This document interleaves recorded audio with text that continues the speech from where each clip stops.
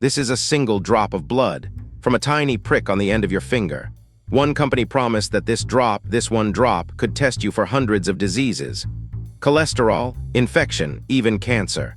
No big needle, no vials of blood, no waiting days for a lab, just a fingertip and an answer. The company was called Theranos. Therapy and diagnosis fused into a single word. Its founder had dropped out of Stanford at 19. She wore a black turtleneck like Steve Jobs, and she said she would change medicine forever. And Wall Street and Washington believed her completely. By 2014, her company was worth $9 billion. She was worth $4.5 billion, the youngest self-made female billionaire on the planet. Her boardroom held 2 Secretaries of State and a future Secretary of Defense. Walgreens put her machines inside its stores. There was only one problem, and it was a simple one. Almost no one outside the company had ever been allowed to watch the machine actually run a test. So the whole story comes down to one question nobody powerful thought to ask. What is actually inside the box? Because the answer was far simpler and far more dangerous than anyone imagined. This is the story of the Theranos. To understand the lie, you first have to understand the dream. Because at the start, it was a genuinely beautiful one. Elizabeth Holmes was afraid of needles, truly terrified of them. And she had a simple, powerful idea. What if you never needed the big needle again? What if one drop from your finger could do the work of a dozen vials? Cheaper, faster, almost painless. In 2003, at the age of 19, she dropped out of Stanford to build it. She named the company Theranos. Therapy and diagnosis fused into one word. She modeled herself on her hero, Steve Jobs. The same black turtleneck, the same total certainty. Her own employees later said she even lowered her voice to a deep baritone, to be taken seriously in rooms full of older men. And here is the important thing. None of that by itself was a crime. That is simply how you sell a vision before it exists.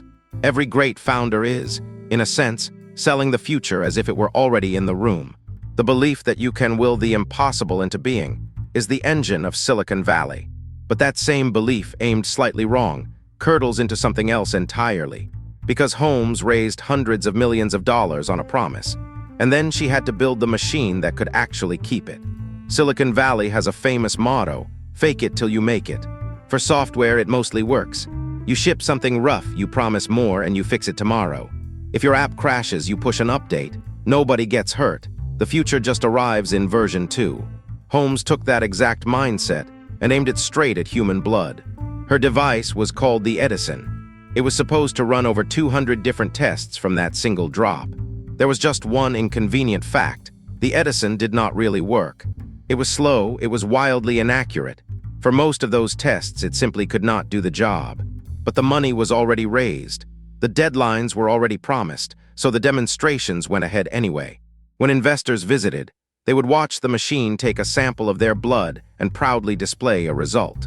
What they did not know was that the number on that screen was not always coming from a live test. Some demonstrations are said to have shown figures prepared in advance. A magic trick dressed up as science. Think about what that really means. The product the investors were buying was the demo, and the demo was the lie. In software, faking the demo is a head start. In medicine, faking the demo is faking the diagnosis. And to keep that secret alive, the Theranos needed a machine behind the curtain. A real one. It just would not be hers. Here is the moment ambition turns into fraud. When real patients started sending in real blood, the Theranos still had to produce real results. But the Edison could only handle a small handful of tests. So for everything else, the company did something it never told the public. It bought ordinary commercial blood analyzers from a German company called Siemens. The very same machines that any normal lab already used. The revolutionary startup was, quietly, running most of its tests on somebody else's standard equipment. But even that came with a trap. Those machines were built for a full vial of blood, not a tiny drop from a fingertip. So the Theranos watered the finger stick samples down, diluted them just to scrape together enough volume to run. And when you dilute a blood sample, you do not simply stretch it, you distort it. The results drifted. Some readings came back far too high, some far too low. The numbers could no longer be trusted. And all of this happened behind locked doors, inside a culture built on fear. The company was run, day to day, by a man named Ramesh Balwani. Everyone called him Sonny. He was Holmes's second in command. He was also secretly her partner of many years. The investors were never told. Balwani ran the place like a fortress. Employees were watched, isolated, and warned never to talk. Departments were kept apart on purpose, so that almost no one could ever see the whole picture at once. Everyone could see a single piece of the problem. The system was designed so that no one person could prove all of it, until two of them decided to try. So how does a company this fragile fool the smartest money in the world? It borrows credibility it has not earned. Theranos assembled what one magazine admiringly called a board like no other. Two former Secretaries of State, Henry Kissinger, George Shultz, a future Secretary of Defense, the General James Mattis, two former United States senators. It was one of the most powerful boards in American business, and almost none of them knew the first thing about blood or diagnostics or laboratory science. They were chosen for their names, not their knowledge, and a wall of famous names is very hard to question. Who is going to stand up in that room and tell two Secretaries of State that the science does not add up? With that armor of reputation, Theranos signed the deal that put it in front of real patients.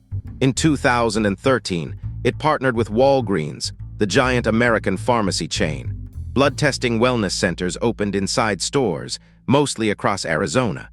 Walgreens poured in around $140 million. Ordinary people walked in, rolled up a sleeve, and trusted the box with their health.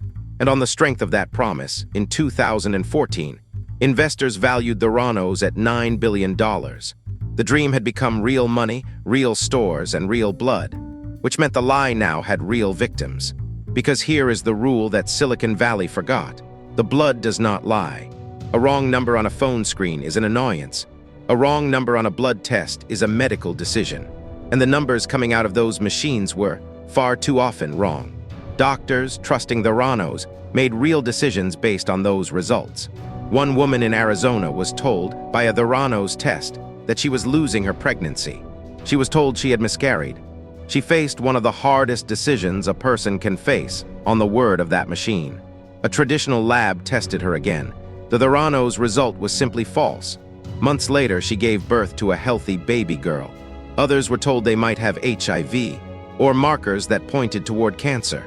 Terrifying results that were not real. People changed their medication, rushed to specialists, lay awake at night, terrified, over numbers that came from watered-down blood on the wrong machine. Eventually, Theranos would be forced to void or correct close to 1 million test results. Sit with that number. Nearly 1 million times, a person may have been handed an answer about their own body that could not be trusted. The company kept insisting that everything was fine. But inside the lab, two young employees had quietly started writing things down. Their names were Erica Chung and Tyler Schultz. Both were junior. Both were fresh out of college. And both had walked through the door truly believing in the mission. Slowly, they both realized the data was being massaged. That failing results were quietly thrown out to make the machine look better than it was. Tyler Schultz had a particular problem. His own grandfather sat on the board. His grandfather was George Shultz, former Secretary of State, and one of Theranos' most loyal champions. So when Tyler raised the alarm, he was not only taking on a billion-dollar company, he was taking on his own family. His grandfather did not believe him. He believed Elizabeth Holmes. Theranos' lawyers came after Tyler hard.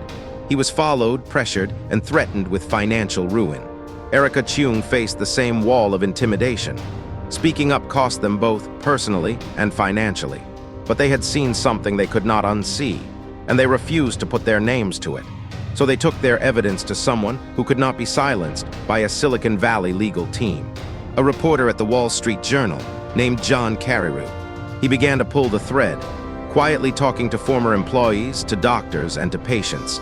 And what he found was not a struggling startup with a few technical problems. It was a company selling results it already knew it could not trust. On October 15, 2015, the story hit the front page. The Wall Street Journal told the world that the miracle machine barely worked, that most of the tests were running on other companies' equipment. Theranos' response was not to open the box and prove everyone wrong. It was to attack, to deny everything, to threaten lawsuits and call the reporting false. Remember this pattern. When a company could end every doubt simply by showing the truth, and instead it chooses to attack, pay attention to the attack. But this time, the truth had a referee that could not be intimidated. The regulators. In early 2016, federal inspectors examined the Theranos lab in California. Their conclusion was chilling. The lab posed, in their own words, immediate jeopardy to patient health and safety. Regulators moved to revoke its license and to bar Holmes from running a lab at all. Walgreens cut ties and shut the wellness centers down. The blood draws stopped. Theranos was forced to throw out 2 entire years of results from its own machine. And the $9 billion valuation began its fall toward nothing. Forbes, which had once crowned Holmes the youngest self-made female billionaire, revised her net worth to 0. In March 2018, the SEC charged Holmes and Balwani with massive fraud for raising more than $700 million on false claims. She settled a fine, a 10-year ban from leading any public company, and the surrender of her control. By September of that year, Theranos was dead, but the law was not finished with its founder. In 2021, Elizabeth Holmes went on trial for fraud. Her defense was striking. She argued in part that she had genuinely believed that she was building something real and that Balwani had controlled and abused her. And that defense cuts to the very heart of this story. Where exactly is the line between a true believer and a con artist? On January 3, 2022, the jury gave its answer. They found her guilty on 4 counts of fraud, and every single one of them was for deceiving investors. But here is the detail that should haunt us. On the charges related to the patients, she was not convicted. The law most clearly punished the lie about money. The lie about people's blood was the harder one to pin down. She was sentenced to more than 11 years in prison. Balwani to nearly 13. In 2023, the youngest self-made female billionaire reported to a federal prison in Texas. Now, remember the question we started with. What is actually inside the box? The forensic answer, in the end, was almost mundane. For most tests, inside the miracle box was someone else's ordinary machine, running blood that had been watered down. There was no miracle. There was a brilliant story told with total conviction, wrapped around a product that did not exist. And that is the real lesson Theranos left behind. Fake it till you make it can build a software company. It cannot build a blood test. Because software forgives a broken promise. The human body does not. So the next time someone brilliant promises to change the world and quietly refuses to show you how it actually works, ask Elizabeth Holmes's question for her. What exactly is inside the box?